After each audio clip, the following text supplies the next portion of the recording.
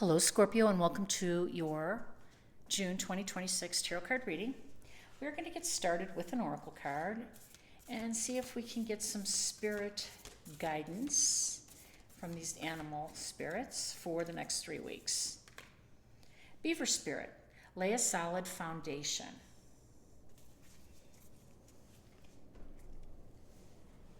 All right.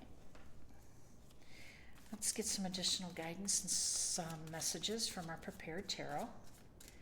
Let's see what this beaver spirit is about for you for June 2026.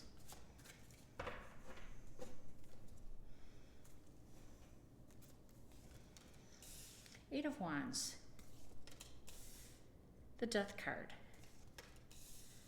Seven of Wands. Wow. Nine of Wands. That sequence is a little, ooh, the Empress. That sequence 7, 8, 9 is interesting. Then we have the Hanged Man. Six of Pentacles. Five of Swords and Five of Cups. All right, we've got a little bit of, well, isn't this interesting? The power base is in the center of your read, which I love, the Empress, for sure. And the Death card is crowning that, which is very interesting indeed. And then we have some fast energy coming in, which is Mercury. We'll talk about that.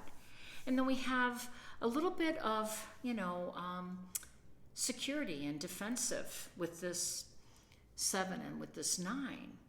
And I guess you've been waiting for something to come in, and now you're ready to kind of close the ranks and guard it. So whatever news is coming in is not meant to be shared, perhaps. And maybe there's some waiting time before that happens, before you're ready to distribute some information, some guidance. And people are not going to receive it all that well. Five of Swords is conflict, not agreeing. And then there's going to be a little bit of a loss here. So that's the big overview. And then the Beaver Spirit says, lay a solid foundation. So apparently, before all of this happens, we have to make sure that there's some solid ground here for people to receive. And I love it because now Gemini, of course, is an air sign, and we're still in Gemini season here.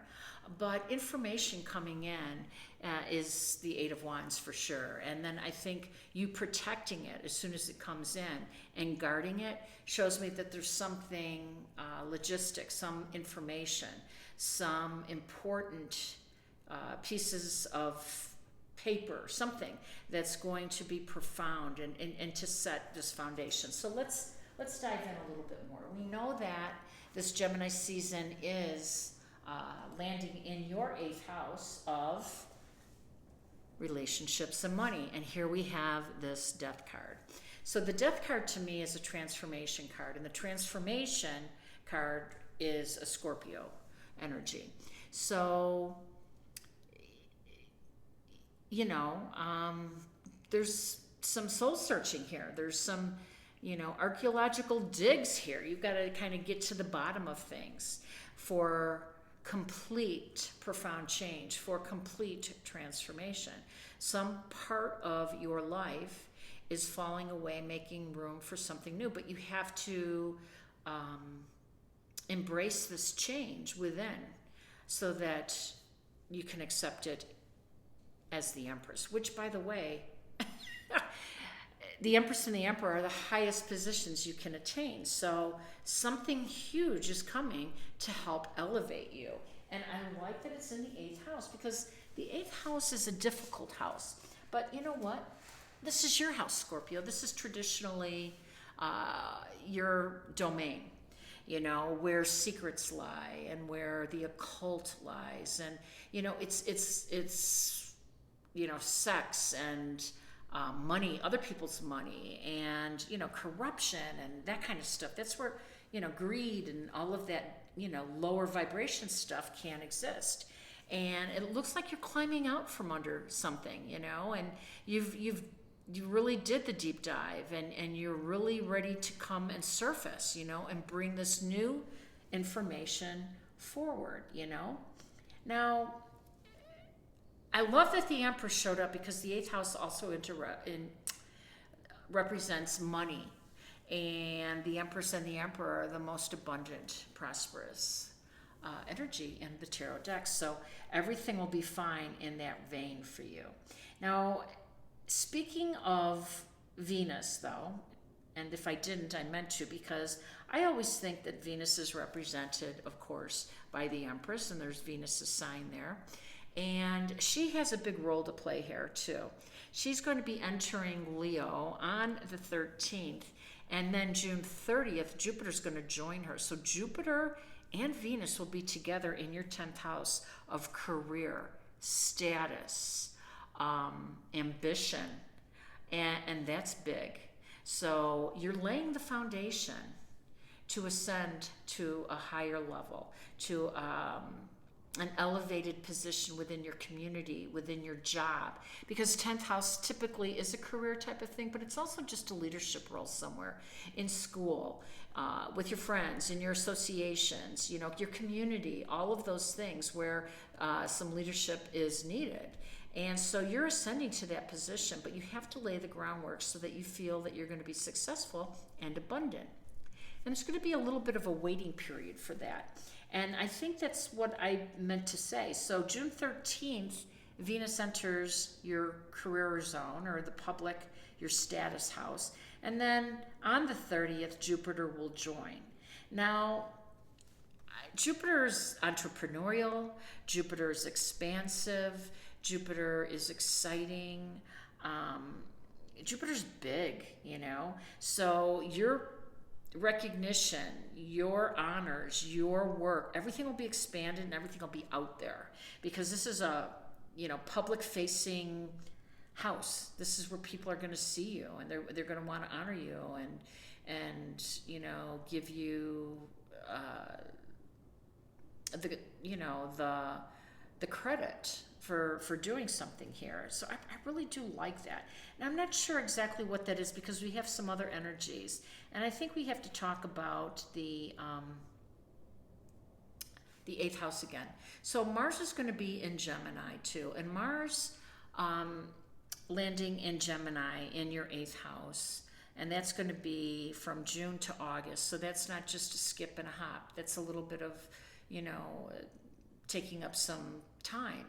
And since it's in your 8th house, this can amplify a loss of finances or shared resources or into debt, but there's a loss here. So I'm going to say something financial, even though this is cups, because this happens to be in Gemini in the 8th house.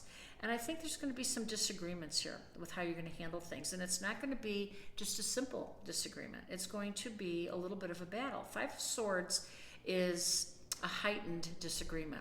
It's conflict. And so some of you might want to seek out some legal help. 6 of Pentacles can represent legal help. It can represent somebody that can,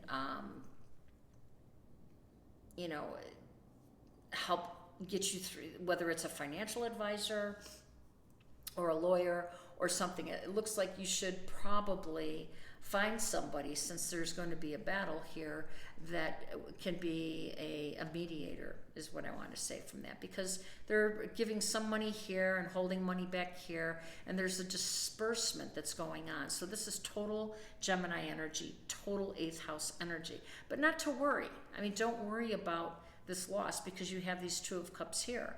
And by the way, this is at the heart of your reading. There's not a more prominent position to be in than the Empress or the Emperor. So the outcome will be very, very prosperous. It will be very fortuitous. And you have to wait and be patient, though, because that's what the Hanged Man says.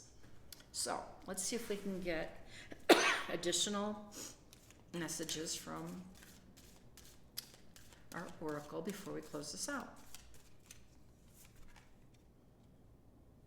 Suffering in silence. Well, that speaks to the 5 of Cups, doesn't it?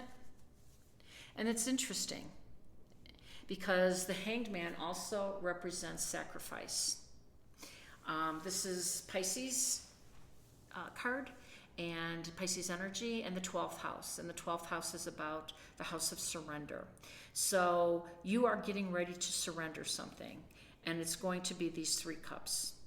So when I say that I think that this is, your money and your relationships, 8th house, it is your money and your relationships. So you might, for a period, feel bad about this. And by the way, suffering is optional. Loss is not. Loss sometimes cannot be avoided, and we all go through it on different levels. But suffering is an option. And what I mean by that is you can turn that energy. You don't have to suffer. You can do some work and realize that there are, you have some more material things, financial things to turn to. And remember, Empress, goddess of love and very affluent. You'll get there. So I hope it resonated. If it has, please like, share, and subscribe. I am wishing you balance, peace, and harmony. Take care.